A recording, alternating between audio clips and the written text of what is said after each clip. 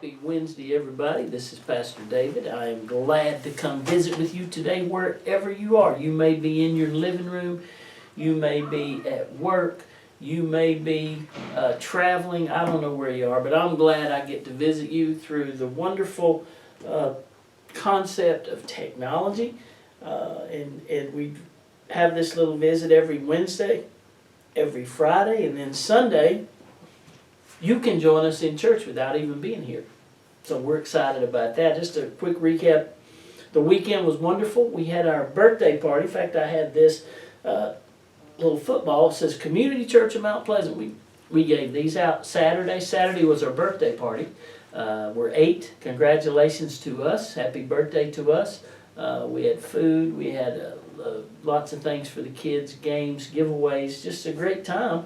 We also had a barbecue fundraiser Saturday morning to raise money for our kids to go to camp, go to Snowbird, and that was very successful. Sunday we had church, 9 and 11, another incredible attendance. Our numbers are up, lots of visitors, tons of visitors, new people every Sunday.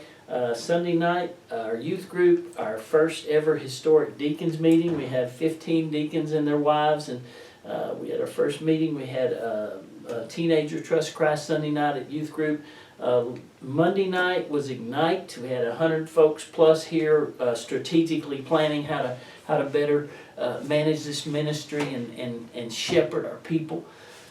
I'm just excited about the things God is doing, and we've been thinking back 8 years ago at the barn, at the fire pit, at the police, the fire station, handful of people, just praying and wondering, God, what do you want us to do? Do you want to build a church out here? And here we are, 8 years later, lots of people, lots of buildings. We never ever expected to be here on this campus, 22-acre campus with gyms and cafeterias and auditoriums, and God's doing a lot. And He gets all the credit. We just trying to stay here and do what He's called us to do, and that is love the people in this community, provide things for the people, the children, the kids. There's always stuff going on here, and it's very exciting. And so I just wanted to catch up a little bit on that. It's already been a great week. This Saturday is our men's breakfast. I want to encourage you for that.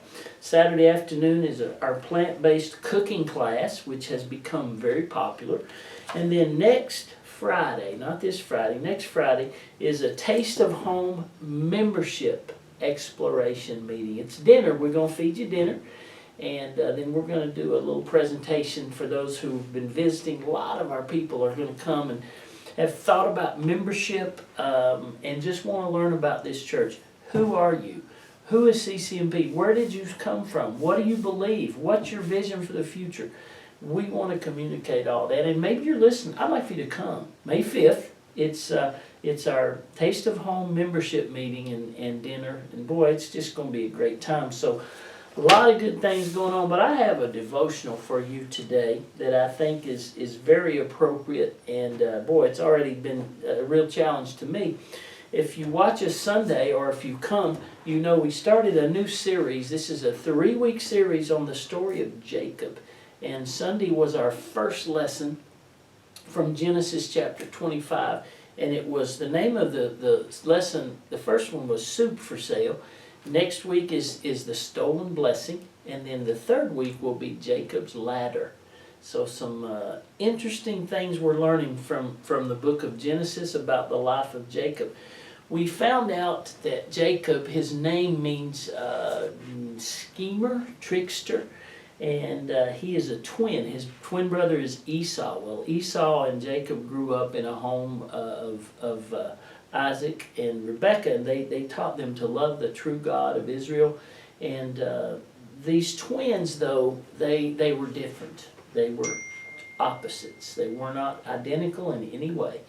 So Esau is a hunter. He's out rambling and rumbling and shooting and cooking venison and all that. So he was out, and he came in, he's real hungry. And he was tired and hungry, and his brother Jacob was good in the kitchen. He was in there making some soup, and it must have smelled good. And here's Esau. Oh man, I'm hungry. Bring me some of that soup, Jacob. Jacob said, but it's going to cost you. In fact, since you're the oldest, you are in line to get the birthright, the blessing. And he said, why don't you agree to sign that over to me, and I'll bring you dinner. Esau wasn't thinking clearly, thoroughly. And he said, man, I'm hungry. You know, a man's got it. What good is a birthright if I'm starving to death? Yeah, I'll do it. I'll promise to God, I'm going to give you my birthright, give you the blessing if you'll bring me some soup. And he did. And of course, that was a mistake.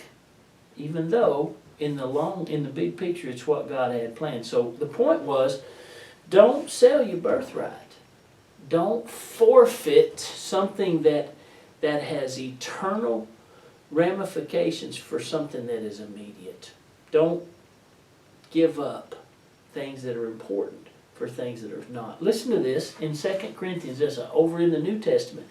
2 Corinthians chapter 4, verse 18. Listen. While we look not at the things which are seen. Now, Esau was looking at the things, he was sitting there in the immediate, in the moment. He lived in the moment. I'm hungry.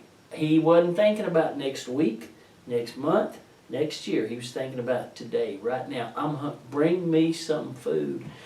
Well, we look not, Paul says in this letter, we look not at the things that are seen, but at the things that are not seen.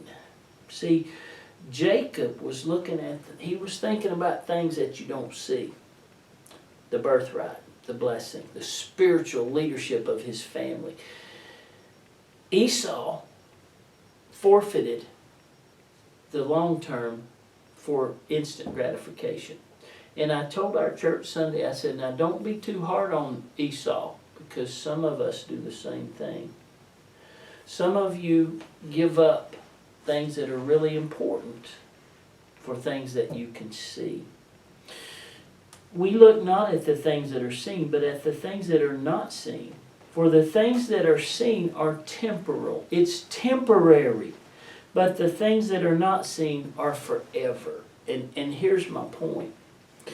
Esau was hungry. He said, a man's got to eat. I gotta feed this body. Feed this flesh. Take care of the now, the today, the immediate. He said, well, I'm not going to do that.